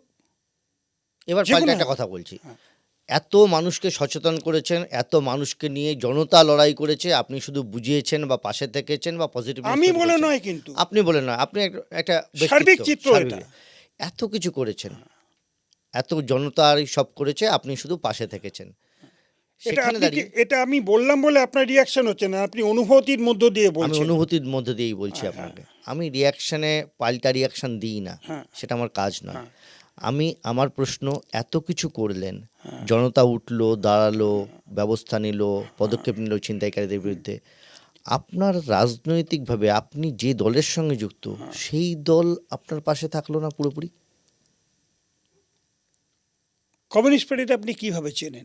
আমি যদি আপনাকে প্রশ্ন করি পাল্টা, যে কমিউনিস্ট পার্টি, ভারতের কমিউনিস্ট পার্টি মার্ক্সবাদী আপনি কীভাবে চেনেন, কোন দৃষ্টিকোণ থেকে চেনেন? নেগেটিভ হোক নেগেটিভ বলুন, পজিটিভ হোক পজিটিভ বলুন, কী দৃষ্টিকোণ থেকে চেনেন আপনি? কিভাবে? বাম মানসিকতা আলাদা, কমিউনিস্ট, এখানকার সিপিআইএম বা এখানকার কমিউনিস্টরা আলাদা। বাম মানসিকতা বলতে কি বোঝেন? নীতি আদর্শ। নীতি আদর্শ বোঝেন, কিন্তু এখানকার কমিউনিস্টরা নীতি আদর্শ তোয়াক্কা করে না। করেনি। না করে তারা কি করে, কিসের উপর ভিত্তি করে তারা সবাই চলছে? নয়। না, কিসের উপর ভিত্তি করে? সবাই নয় বলছেন, আবার তার আবার ক্যাটাগরি করছেন। তাহলে কিসের উপর ভিত্তি করে তারা ভোটে জেতা। বর্তমান সমাজে টিকে আছে শূন্য পাওয়ার পরেও? আগের কথা বলছি আমি, এখনকার কথা না, বলছি না। বর্তমানে বলুন না, একটা দল শূন্য পেয়েছে, কিচ্ছু নেই তার, শাসক শ্রেণী বা আপনি অন্যদিকে চলে যাচ্ছেন। আপনি না না, ভুল আমি জায়গায় বলুন না, আছেন। আপনাকে আমি ঘুরিয়ে প্রশ্ন করছি। হুম। হ্যাঁ, যে তাহলে এখনো পর্যন্ত সেই দলটা এত প্রাসঙ্গিক আছে কেন? জিরো পাওয়ার পরও কোনো কিছু করতে পারছে না। কিসের প্রাসঙ্গিকতা? কোনটা প্রাসঙ্গিকতা যদি না থাকে? সোশ্যাল মিডিয়ার প্রাসঙ্গিকতা। না না না, আপনি তো এই বক্তব্যকে বলেন ব্যর্থ, কোনো আন্দোলন করতে পারেনি, আবার প্রতিরোধ বলছি, করতে পারেনি। প্রাসঙ্গিকতা না থাকলে মইদুলকে মারলো কি করে পিটিয়ে? আনিস খানকে না ফেলে দিল কি কিন্তু করে? তারপর কি হলো? তামান্নাকে গুলি করলো কি তারপর করে? কি হলো? তারপর কি করতে পারলো? প্রাসঙ্গিকতা নেই, প্রাসঙ্গিকতা কোনো জায়গায় না নেই। না, সেটা নিয়ে সোশ্যাল প্রশ্ন মিডিয়া নয়। আছে, সেটা নিয়ে আলাদা প্রশ্ন। তারপরে আমি কি- বলছি আপনার এই কাজের পরে এত মানুষকে দাঁড় করালেন, তারপরেও আপনার পার্টির একটা অংশ, বড় অংশ, হ্যাঁ। তাদের সঙ্গে আপনার বিরোধটা কোথায়? বরং বিরোধের কোনো ব্যাপার নেই। আপনাকে প্রথমে আমি কি বললাম, আপনি তো ইতিমধ্যে তো আমি সে প্রশ্নের উত্তর দিয়েছি, যে মানুষের মধ্যে যদি আপনি কনফিডেন্স ফেরাতে না পারেন যে আজকে আপনার লড়াই যখন আপনি শুরু করবেন, অন্তত আপনি একটা বা দুটো লোককে পাবেন যার নাম দুলাল বা যার নাম রাম বা যার নাম শ্যাম, যে এই অন্যায়ের বিরুদ্ধে, কেন ওনাকে বলছিস তুই? এই জায়গাটা কিন্তু এখন আমরা তৈরি করতে পারিনি, কিন্তু মানুষের মনের মধ্যে আমাদের প্রতি প্রত্যাশা রয়েছে, ভালোবাসা রয়েছে, কিন্তু সেইটাকে কিন্তু আমরা পথে নামাতে পারছি না যে কোনো কারণীয়, সেখানে দুলাল পজিটিভ লোক ব্যানার্জিকে যে নেগেটিভ কোনো লোক। দুলাল ব্যানার্জিকে আপনি রাত্রিবেলায় দুলাল ব্যানার্জি বলে ধরবেন না। গভীর রাতে এসে পুলিশ কার্যত উলঙ্গ করে নিয়ে যাচ্ছে, ধরে নিয়ে যাচ্ছে, টেনে হিচড়ে নিয়ে যাচ্ছে। সেই অবস্থায় কেন নিয়ে গেল, কারা নিয়ে গেল? আপনার দলের ভেতর থেকেই তো তৈরি করা হয়েছিল। হ্যাঁ, বলতে পারেন, অসুবিধা কী আছে? যেটা তৎকালীন সময়ে বামফ্রন্ট সরকার চলছে, আমি অস্বীকার করব কি করে? আমি তো বলতে পারবো না। আপনার বিরোধী কারা ছিল দলের মধ্যে? না, ওইভাবে বলা তাহলে আমার একজন কোনো নির্দিষ্ট লোক, এমন বুদ্ধদেব ভট্টাচার্য আপনার বিরুদ্ধে কথা বলেন? একটা কথা বলি, যে বিরুদ্ধে ছিল তার হাতে স্টিয়ারিংটা ছিল। যে বা যারা, তারা কারা? এই যে বা যারা গাড়িটা চালাবে, স্টিয়ারিংটা তাদের হাতে ছিল। ঠিক। অর্থাৎ দুলাল ব্যানার্জিকে নিয়ে চলে গেলেও স্টিয়ার করছে তারা। আর একটা ব্যাপক সংখ্যক মানুষ যারা নাকি কলকাতাকে সেদিনকে স্তব্ধ করে দিয়েছিল, হাজার হাজার লোক রাস্তায় পথে ঘাটে শুয়ে পড়েছিল, তাদের সংখ্যা কিন্তু অনেক বেশি। আপনি একটা জিনিস বুঝে নিন, স্টিয়ারিংটা কার হাতে আপনি ছিল? একটা জিনিস বুঝে নিন, যে কোনো অর্গানাইজেশনে, বিশেষ করে কমিউনিস্ট পার্টিতে, এই যে ব্রিগেডে লক্ষ লক্ষ লোক ব্রিগেডে ভরে, ভোটের বাক্সে তার প্রতিক্রিয়া নেই বা কিছু, সেটা আপনাদের কথা, আপনারা বলবেন। তার মধ্যে কমিটেড অ্যাফিলিয়েটেড মেম্বার কত পার্সেন্ট থাকে? 3-4%। কম। 3-4%। আর বাকি হচ্ছে অল দেয়ার ফলোয়ার, পার্টি ফলোয়ার। এবং বেশিরভাগ মানুষ, যে 1200-1300 কর্মী আমাদের তৎকালীন সময় মারা গেছে, শহীদের মৃত্যু বরণ করেছে, তার মধ্যে পার্টি মেম্বার 100-150 জন। এই যে নামগুলো আমরা করি, আনিস খানের নাম করি, আবার আপনাকে বলছি, আপনি কিন্তু অন্যদিকে চলে না, যাচ্ছেন। না, আমি স্পেসিফিক এরা বলছি, কারা? এমনি স্পেসিফিক বলছি। আপনার ফলোয়ার্স, আপনার সমর্থক সব আছে, সব অসম্ভব ভালো। আপনার বিরোধিতা কেন, কারা করলো? না, দেখুন, এইগুলো হচ্ছে ঘটনা পরম্পরায় কিছু কিছু মানুষের কিছু কিছু ঘটনা ঘটে, আপনার যেগুলোকে উত্থান কি ঈর্ষা জাগিয়েছিল পার্টির মধ্যেই কিছু লোকের? এই জায়গাটা তো বললেন, মানে যেটা আমি বলতে চাইছিলাম সেটি আপনি হিট করলেন। হয়তো বা তাই, আমার বলে কিছু নয়। একটা ক্লাস অ্যাটিটিউড থেকে আমি এখনো পর্যন্ত চলি। আমি আপনাকে কি বললাম বলার সময়, আমি সেকুলারিজম এই কথাটাকে তারা ব্যবহার করতে কারা চাই না। পার্টির মধ্যে? তারা কারা? স্টিয়ার যারা করেছে, সে তো যাদের হাতে স্টিয়ারিং ছিল, বুদ্ধদেব ভট্টাচার্য ছিল তাই ধরে মাথায়। নিন। তাহলে যদি আমার কথার মধ্য দিয়ে আপনার মনের মধ্যে এটা আসে, স্থানীয়ভাবে কারা আপনার বিরুদ্ধে? স্থানীয়ভাবে তো কচি কাচেদের দল, তাদের আমি কি বলবো বলুন তো? রাজ্য স্তর থেকে কে কে বিরোধিতা করেছিল আপনার, যে কারণে আপনার এই শাস্তি ভোগ করতে হলো? রাজ্য স্তর থেকে তো স্পেসিফিকভাবে বলবো না, কারণ ধরুন আমাকে পার্টি থেকে বহিষ্কার করার জন্য যদি বলেন, তাহলে একটা মিটিং কতক্ষণ লাগে হতে? আমি যদি একজন সত্যিকারের ক্রিমিনাল বা ওই তোলাবাজ অমুক তমুক হাবি যাবি নোংরা হই, 2 মিনিট লাগবে তো ঠিক বহিষ্কার করতে। ঠিক 2.5 থেকে 3 ঘন্টা কেন হবে? কোথায় হয়েছিল মিটিংটা? আলিবন্দি স্ট্রিটে। কাগজ পড়ুন, দরকার হলে আমি দিয়ে দেবো।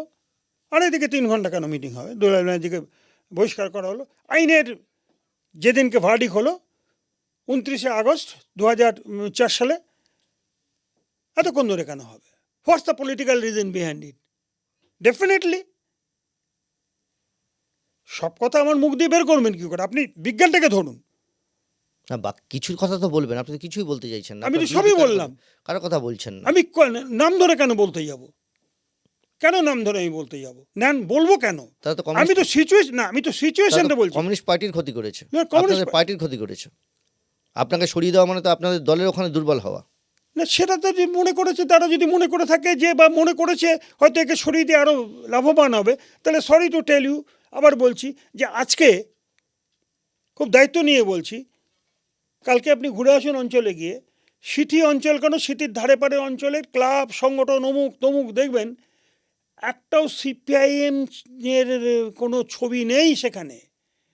একমাত্র ক্লাব দমদম স্টেশনে নেমে দেখবেন, আমার একমাত্র কন্যা চলে যাওয়ার নামে এখানে একটা বনবিলাসিতে আরও কোনো, যেখানে দেবী শেঠি এসে ক্যাম্প করে, যেখানে নারায়ণ ব্যানার্জির মতো ডাক্তাররা বসে, এখনও পর্যন্ত বিখ্যাত। কাঁচের ঘর দোতলায়।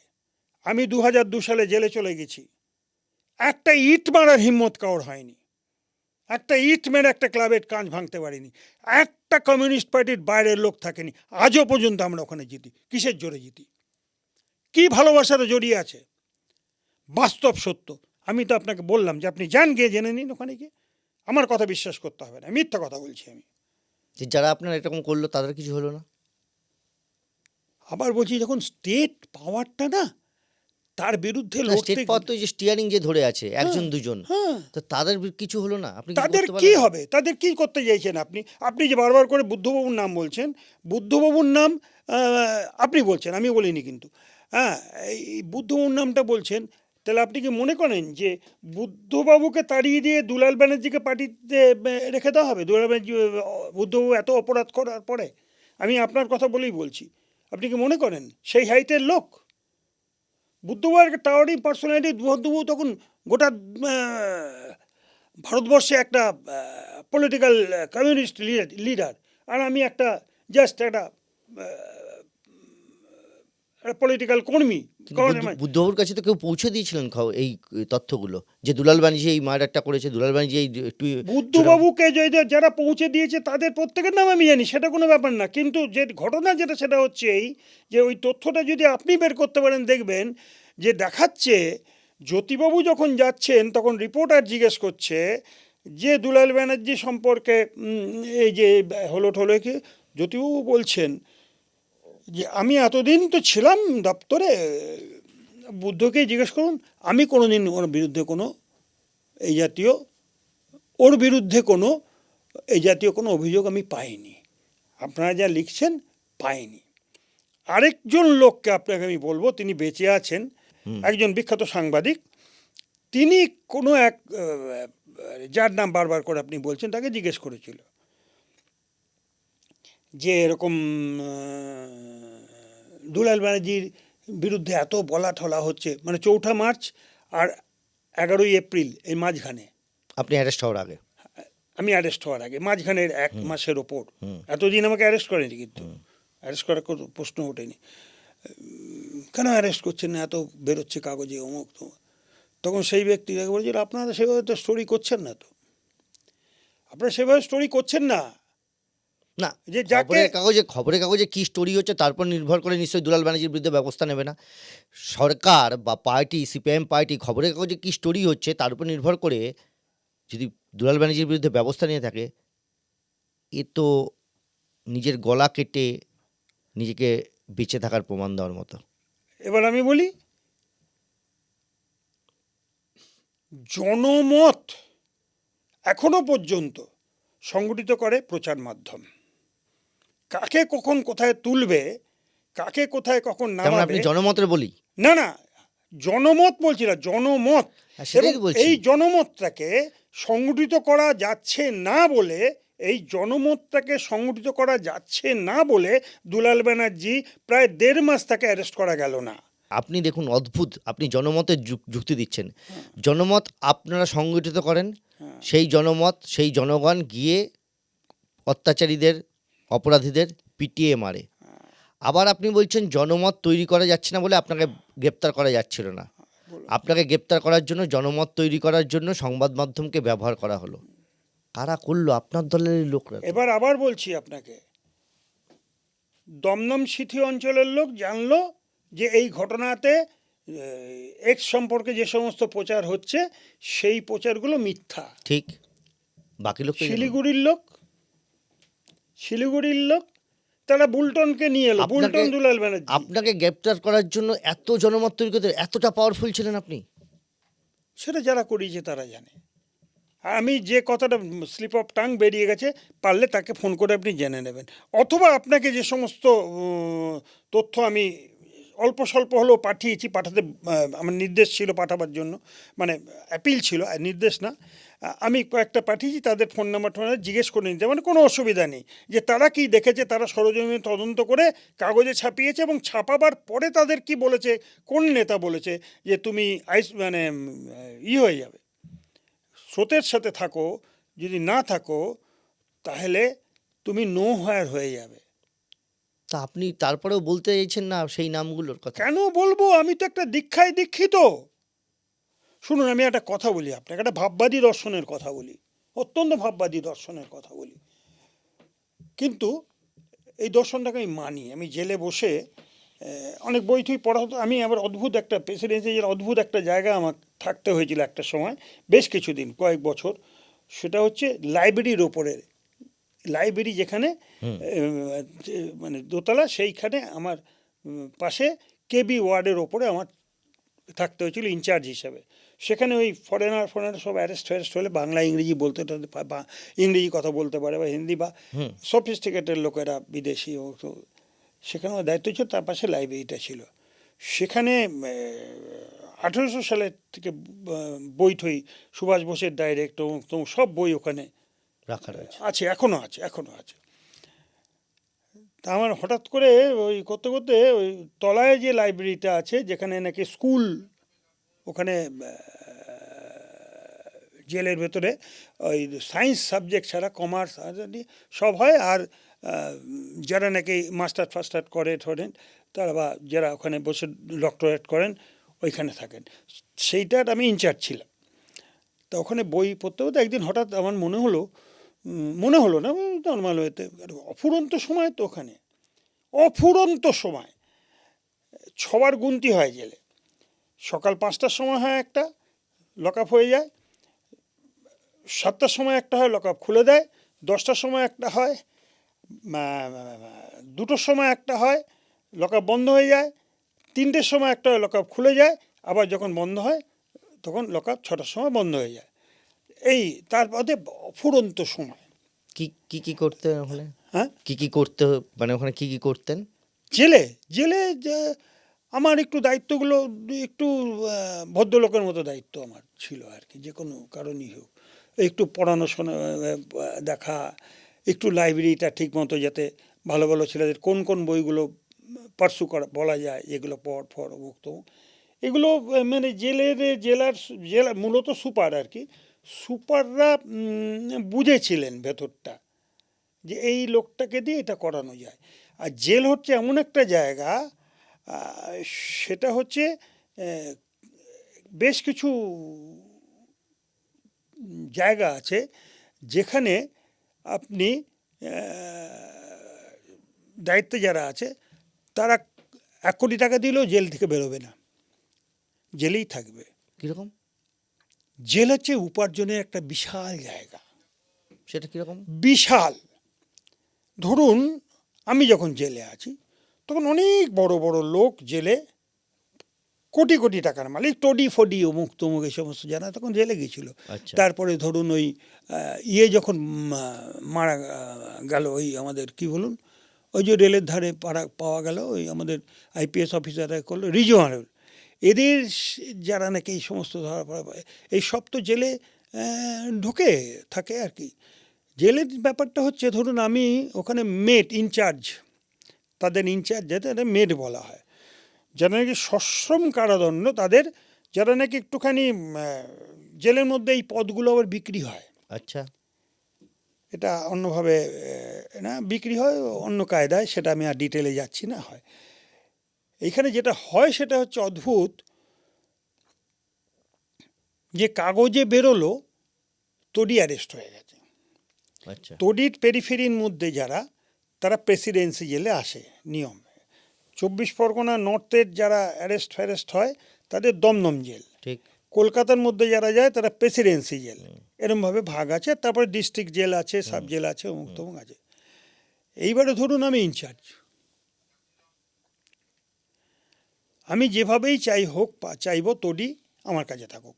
মানে আমি আমার কথা বলছি না, মানে এরকম কতজন ইনচার্জ থাকে একটা প্রত্যেকটা ওয়ার্ডে, জেলায়? আচ্ছা, প্রত্যেকটা জায়গায়। প্রত্যেকটা ওয়ার্ডে আলাদা। মানে যে সশ্রম কারাদণ্ডে দণ্ডিত সেই হচ্ছে মেড বা ইনচার্জ? না, তার মানে নেই। কেউ খাওয়ার থাকে, কেউ বাগানে থাকে, কেউ ঝাড়ুতে থাকে, কেউ টয়লেটে থাকে, এই বিভিন্ন ভাবে থাকে। দায়িত্ব থাকে। হ্যাঁ, এখন সেইখানে দাঁড়িয়ে তাদেরকে একটা জেলের মধ্যে যে কেমিস্ট্রিটা চলে তার একটু বাইরে, একটু সফিস্টিকেটেড, একটু ভালো ব্যবস্থা করার জন্য পয়সালা লোক জেলে এলো, হ্যাঁ, এবার আপনি কেনা বেচা হয় তাদের। এবার মেটে হিসেবে আপনি তারপর কীরকম হবে, কেনা বেচা হবে? সেখানে কেনা বেচা হয়, মানে আচ্ছা। লক্ষ লক্ষ টাকার। আর আচ্ছা। যেহেতু আমাকে সাপোজ আপনি সুপারিনটেন্ডেন্ট, হুম। জানেন দুলালবাবুর কাছে দিলে বদনাম হবে না, আচ্ছা। একে দুলাল ব্যানার্জির কাছে দিয়ে দিই। আমার কেস্টিবিল থেকে দুলাল ব্যানার্জির কাছে তৈরি থাকলো। প্রভুজি, হলদিরাম, এই গোপাল নিয়ে যে হলো, এই সমস্ত কেসগুলোতে এরা নয় হসপিটাল, নয় এই সুইট দত্ত বলুন, মনোরঞ্জন পাত্র বলুন, সব আমার কাছে ছিল। আচ্ছা। এরা আমার কাছে ছিল। অনেক কংগ্রেসের নেতাও, যেমন ধরুন ওই কিছুদিনের জন্য সজল গেল, সজল ঘোষ বিজেপি করে, এরা গিয়ে আমাকে একদম, সজলের বাবা প্রদীপদা গিয়ে বলল, দুলালবাবু ছেলেরা এক জেসি খাটবে, একটু থাকবেন, একটু দেখবেন।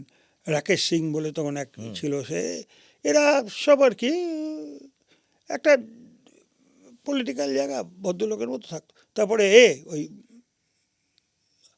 ওই যে মাস্টারটাকে গুলি করে মারলো, মুসলিম, ওই খুব লম্বা কিছু দেখে মারা গেল, মুন্না না কি নাম, মুন্না সিং নাকি, খুব বিখ্যাত একজন, আমার কাছে থাকতো। তারপরে ধরুন নাম করা সব গুন্ডা আপনার কাছে থাকতে হলে তো এদের কোনো টাকা পয়সা খরচ করতে হতো না, কিন্তু কোয়েশ্চেন ডাজ নট অ্যারাইজ। আর অন্যগুলো তো স্বাভাবিক নিয়মেই কীরকম টাকা পয়সা দিতে হয়? আনএক্সপেক্টেড। আপনি মাইকের বাইরে যখন হবে তখন বলবো আপনাকে ইন্ডিভিজুয়ালি, আপনি ভাবতেই পারবেন না। আর এটার সঙ্গে সবাই জড়িত? স্বাভাবিক নিয়মেই হওয়ার কথা, না হলে তো কি করে এগুলো মেটলেস করবে কি করে? এটা অন্য পৃথিবী, জেলটা হচ্ছে একটা অন্য পৃথিবী। ওটা কি সত্যি সংশোধনাগার নাকি আসলে আরো খারাপ? আমি কখনোই সংশোধনাগার বলি না, সেটা বামফ্রন্টের আমলেও বলিনি, বামফ্রন্টের আমলের বাইরেও বলিনি। কি করে সংশোধনাগার হয় বলুন দেখিনি?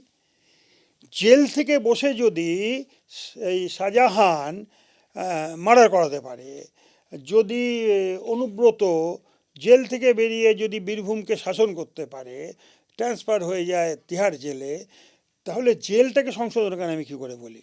ওভারপন সব কিছু হয়ে যাচ্ছে। হামেশাই তো দেখছেন, জেল থেকে মেরেছে তাকে, আবার জেলে ঢুকে গিয়ে গোয়েন্দারা এনকোয়ারি করছে, আবার তাকে পুলিশ কাস্টাডিতে পিসিতে নিচ্ছে, নিয়ে গিয়ে আবার সেখান থেকে বিচার।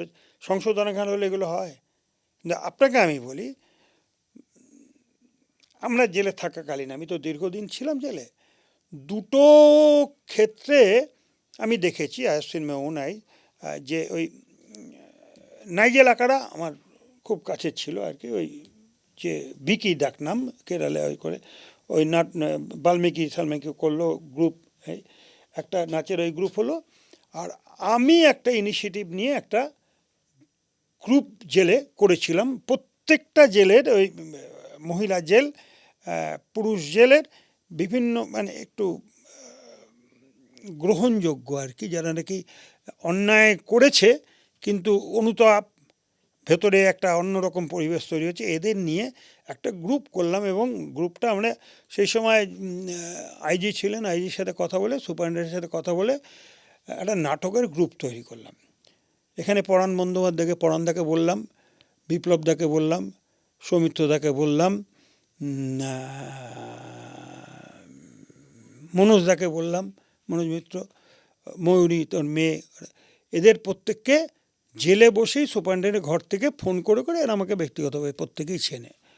তারপরে এদেরকে বললাম আমরা একটা গ্রুপ করব, নাটকের গ্রুপ, আমরা বিভিন্ন জায়গায় এই নাটকটা করব, এবং ইকোনমিক্যালিও খুব হবে, এবং পারমিশন দিলেন।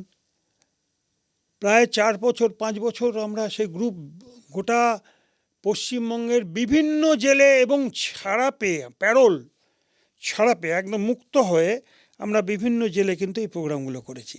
আচ্ছা। এই ক্ষেত্রে যদি আপনি বলেন, তাহলে ডেফিনেটলি একটা সংশোধনাগার। এই কালচারটা ছিল না, এবং এইটা বামফ্রন্টের আমলেই শুরু হয়েছিল।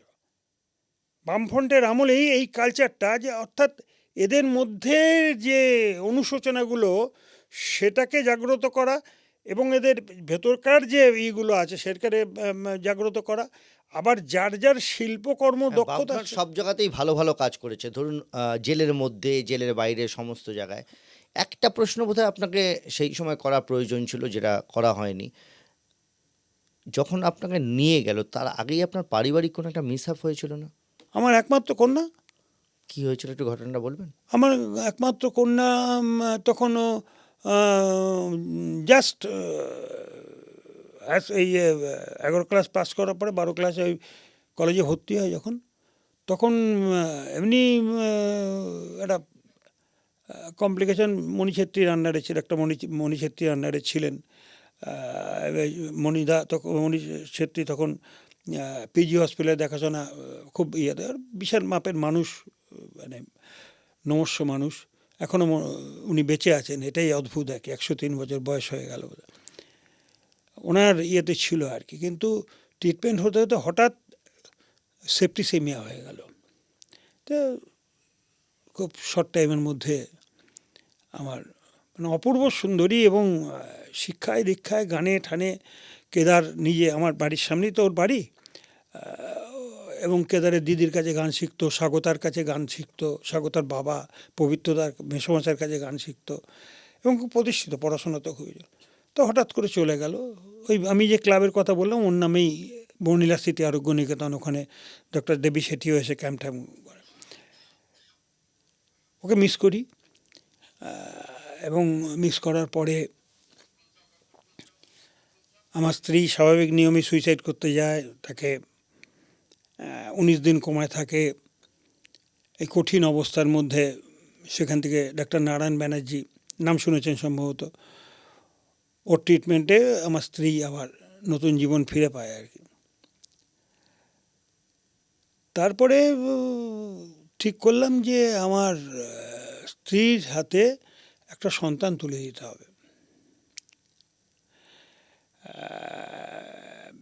বায়োলজিক্যালি যেটা সম্ভব নয় সেটা আমাকে করতে হলো বাইরে থেকে। আমার ছোট মেয়ে, আজকে সে তো খুব প্রতিষ্ঠিত, মাস্টার করে ঠরে চাকরি বাকরি করছে, বিয়ে শাদী হয়ে গেছে, প্রতিষ্ঠিত। এর মাঝখানে বিভিন্ন ঘটনা ঘটেছে, এবং সত্যি কথা বলতে কি, আমি যে পরিধান পরে ঠরে আছি এগুলো আমার অর্থে কেনা না। এই বন্ধুরা যারা ভালো ভালো চাকরি করে, এও খুব ভালো জায়গায় চাকরি করতে যে আছে বসে, এরা আমাকে কিন্তু একটা রেগুলার বেসিসে, আমি মানে মানে প্রকৃত অর্থে সরবরাহ যদি বলেন, আমাকে সরবরাহ করে দিয়েছে।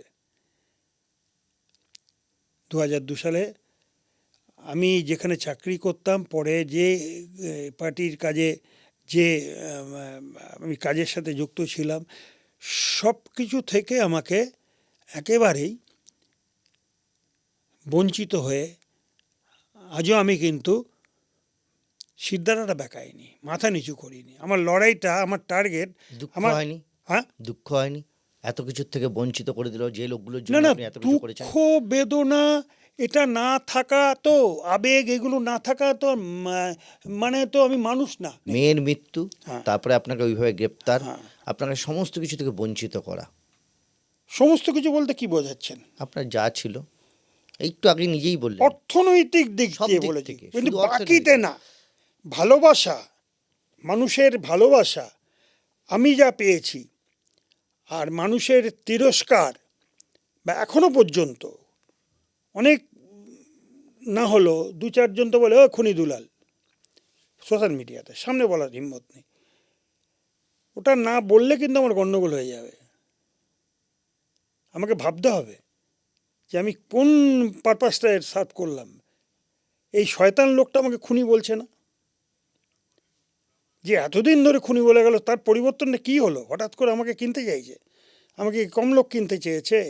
জেলের ভেতরে বসে মুকুল্লায়, আমি বলছি তো, প্রকাশ্যে বলছি, মুকুল্লায় লোক পাঠিয়েছে, এই করব, এই করব। বিজেপি গেছে, নাম বলছি না, সে নাম বলতে না করেছে। ওই যে বললাম আপনাকে, আমি যে কথাটা বলতে গিয়ে মিস করলাম, কথামৃততে একটা কথা আছে, রামকৃষ্ণ বলেছিলেন, খুব গুরুত্বপূর্ণ কথাটা, আমার ভালো লেগেছে আর কি। ভাববাদী দর্শন না, বস্তুবাদী দর্শন।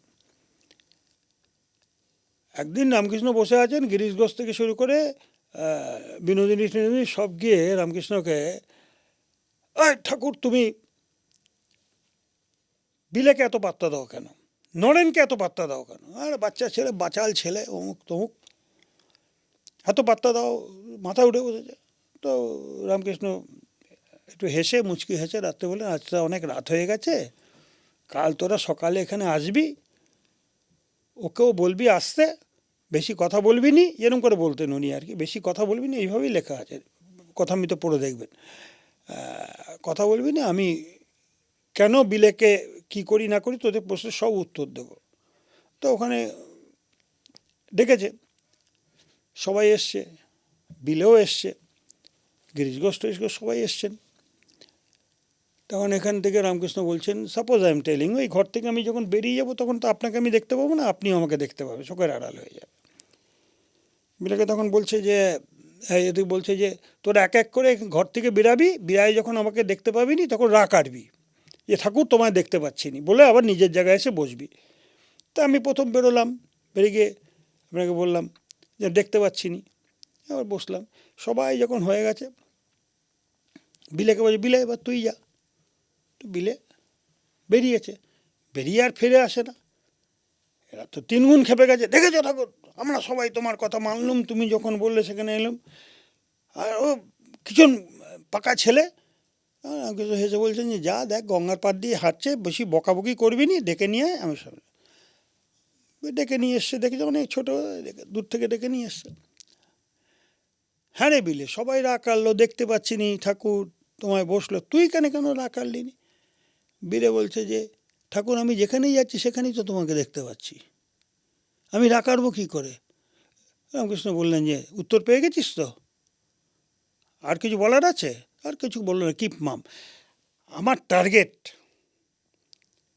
আমি কোথায় যাব, আমার আদর্শ, আমার ভ্যালুজ, এবং ওই সবচেয়ে বড় জিনিস, আমি আমার চেনার মধ্য দিয়ে তৈরি হওয়া যে জিনিসগুলো, সেইখানে যদি বিচ্যুতি হয় তাহলে আমি আমার মনুষ্যত্বের প্রতি বেইমানি করব। কেস ডায়েরি আজ এ পর্যন্তই। এর পরবর্তী অংশ দেখবেন পরের সপ্তাহে।